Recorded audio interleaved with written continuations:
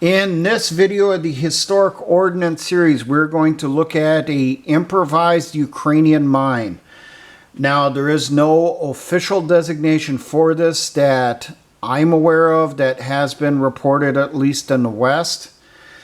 This can be called a Ukrainian improvised grass antipersonnel mine. Now, the casings for these are 3D printed.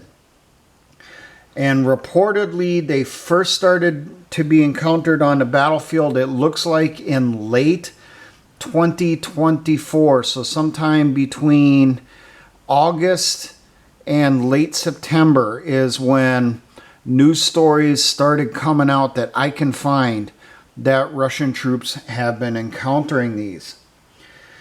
Mostly made out of plastic. There is quite a bit of metal in them, as you see here on their initiation system. Now, reportedly, these mines are less than $50 to produce, and that's the material costs that go into it. These mines are deployed by drones, as you can see up here. This is an actual mine. This is a training aid example that's for sale by a company right now.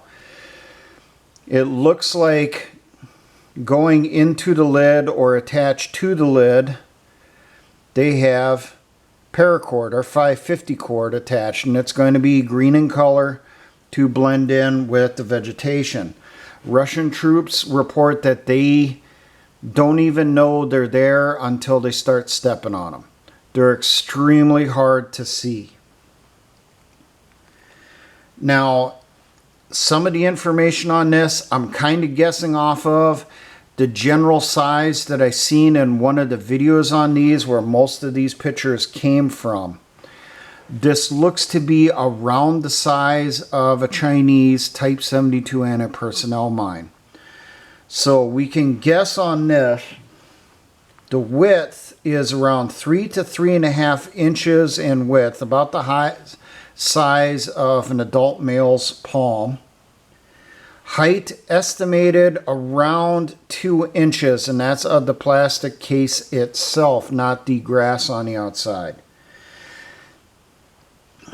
The explosive filler inside is reported to be plastic explosives. Guesstimate the weight is around 1 to 2 ounces. Basically, they fill the interior with an explosive in here, but not so much that it interferes with the function of their improvised fuse. These things are electrically detonated, and they employ what looks like a single, maybe a pair of large watch batteries. I do not know the size. I did a lookup in military manuals as to what is required to set off a U.S. military electric blasting cap. And what I came across is the latest manuals say 1.5 amps is required minimum to set off a single blasting cap. I tried finding out if there's sufficient amperage in a single watch battery, or would you need a pair, and Google AI would not assist in any way, shape, or form. It would always give me the opposite type of info of what I was looking for.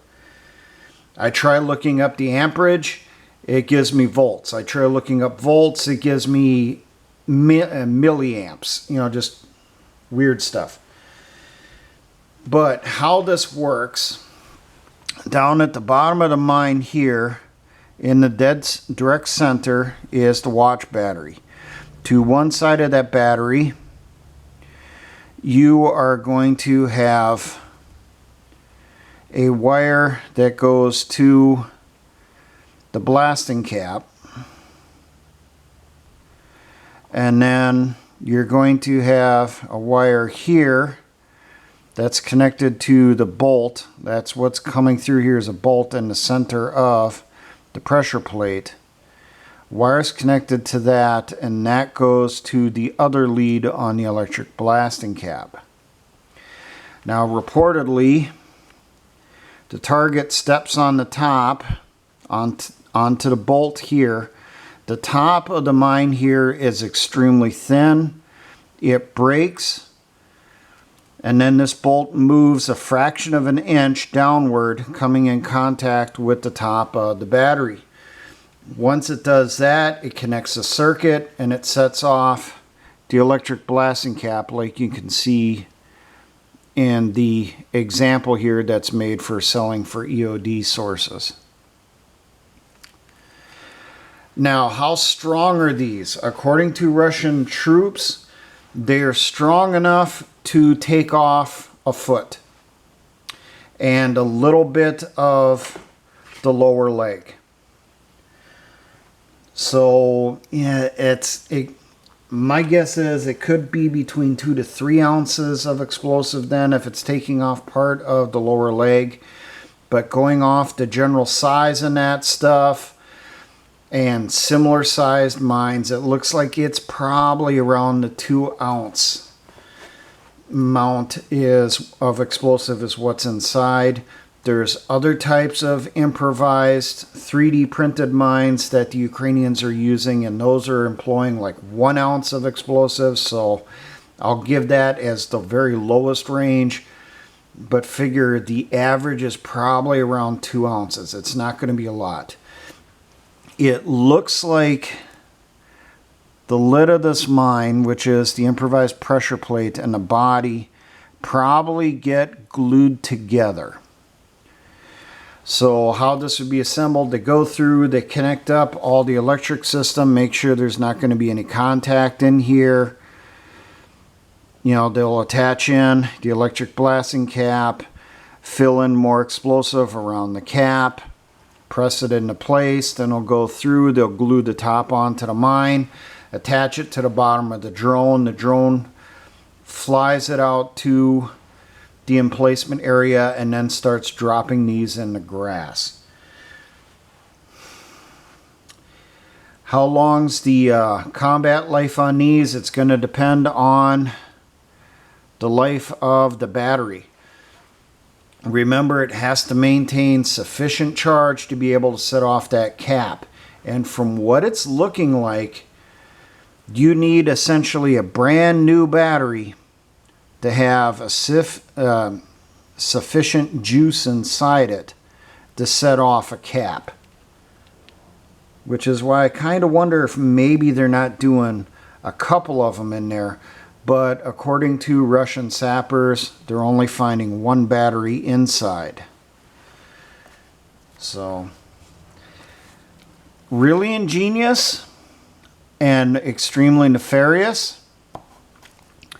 I find it real funny that the international community attacks the Russians for using manufactured antipersonnel mines. And here you have one that is improvised. And the Ukrainians are using them pretty much indiscriminately, just dropping them everywhere across the battlefield, according to the Russian sappers. How come they're not getting condemned by this thing? Oh, that's right. Because they're the side that NATO supports. So, you know, good. Their approved combatant can never do any wrong. That's why when Ukrainians drop PFM-1 pedal mines on civilian areas, and it's on the video footage out of Russia, NATO completely ignores it and sends them even more of them from stocks in Eastern Europe. So there you go. This is a mine that I think we're going to see evolve even further. And this is a type of mine that I think we're going to see a lot now being employed by insurgents and guerrillas around the world. Even if they don't do 3D printing, how difficult would it be for an insurgent to come up something similar to this using improvised materials, whatever they have available?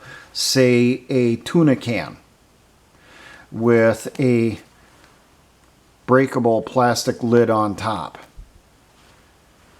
How difficult would it be? And the whole thing's taped together and then grass is glued over the outside after it gets spray painted. You know, you spray paint it green, you spray paint it earth brown or something like that, and then you go through, glue the grass over the top. You know, if there is any bare spots in it, you know, or you'll see the paint underneath and you won't recognize it's there. So this is a type of device you definitely need to be aware of. These things are going to get to be a lot more common now. And that is not a good thing. Now, for all my engineer brothers in the Patriot Militia movements, always remember essayons.